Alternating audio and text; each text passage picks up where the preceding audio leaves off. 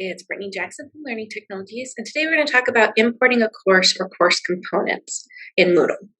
So up here, I can see I'm in the Moodle playground, and I have already turned this red to turn editing on. I turned it green so you can see that I did that. And here you can see we've got information in here already, but I want to import from one of my last courses. There's some information or an assignment or some files or something along those lines that I want students to have access to that I've put in a different course or a previous version of this course. So I want to be able to just go grab it, bring it in, drop it in here, and be good to go. So here, to find that, if you go up here beside the Hiram College and click on the three gears, here under course settings, if we scroll down here, we've got a section spot here that says import. So if we go under course settings, choose import, question bank, because that is here as well. But under course settings, we scroll down here and choose import. Now here it starts to give me a list of 15 courses that have been out there already as a possibility. So I'm going to scroll down here and I'm going to put in what course I'm looking for. So in this case, if I'm looking for something that has been done in the last year and a half, 2 years in Moodle, I would put, as you can see here, the 4 course letters, so nurse 43000 in this case, no space. So there should be no space if you're looking for that. If it was something done previous to that, you would put a space between the NURS and then the 43000. So you'd put a space between the letters and the numbers on that one. But in this case, I'm going to go to Teaching with Technology resource. So I was able to find that, Teaching with Technology, do a search here. So I'll just grab something that I've put over there. And here, the course comes up. Now, if you have multiple courses with the same course number, you may see a whole bunch of those. So you're going to want to know which semester you wanted to pull from in order to grab the right one. This one only has one, so I'm going to go ahead and click the dot there. I'm going to click continue. Now on this page, I normally leave everything here. Now, if all I wanted to do though was import the question bank, I would unselect all of these except for question bank, and then that would just have a check mark. In this case, I'm not sure exactly what it fell under because I can't remember, so I normally a lot of times just leave all of these in and click next. Because on the next page here, you can see that it now lists every activity as an assignment you've got listed in this course. And here, if I'm only going to want to select 1 or 2 things, I would go ahead and click none. Now you see that nothing is checked. I want to make sure, let me see if I want to pull in the syllabus template, for example. Now you see here, if I try to click on it, I can't. I'm getting a little no sign. But if I put a check mark in front of syllabus template and now put a check mark, I can do so. So that's what I'm going to go ahead and pull in. I'm not going to pull anything else. However, if you're importing a whole course, if you leave all selected, you'll be good to go. Now, what I would recommend is if you choose all, to take out announcements because announcements are automatically generated into your course. So if you take those out, you won't get 2 of them and you won't have to delete one of them. And then all the way at the bottom, and it won't be in this course, but all the way at the bottom, there should be one section that says Hiram Resources, typically, and one section that says technology.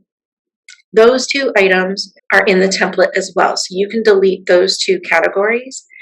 That way you're not duplicating and having it show up multiple times. But again, I have gone in here and I have selected that syllabus template here. That's all I want. I'm going to scroll all the way down, especially if you've got a bunch of things in there. It's going to take you a minute to get all the way to the bottom. And here I'm going to click next. So now on this page, it's putting a green mark in front of all the things that it imported. So these are just the categories. So it was willing to pull for any of these.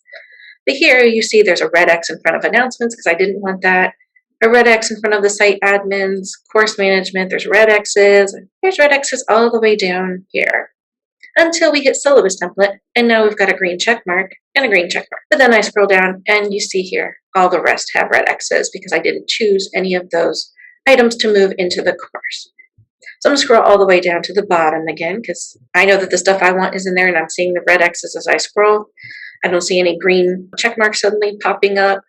As long as I don't see that, I'm feeling confident that I've got just what I need. And once I get to the bottom here, I have this option of performing import. You will see a green check mark typically on the backup quick mail section. Leave that, don't worry about it. But then once you're down here, click perform import. Now, depending on how many things you imported or how big those things that you imported were, or how fast your internet speed is running, it could take a few moments. You might sit on that spinning screen for a few minutes, longer than you think you should, but let it run its course. It's going to take it a moment to bring it in. And then once it has, if everything's okay and it's able to import everything appropriately, it'll say import complete. Now, if you look over here, if you happen to have had topics and you're seeing that they're not there yet, once you click continue, it's going to populate over there. So now I'm back in the start of the course here, and I'm scrolling down, and in the third topic here, we see the syllabus template. Now, the thing to keep in mind, if you are only importing 1 or 2 items, it's going to drop it into the section where it was before.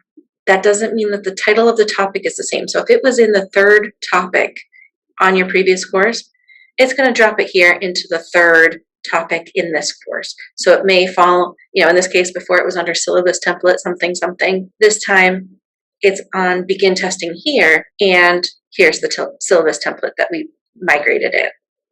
So it will populate as one of the last things in that section.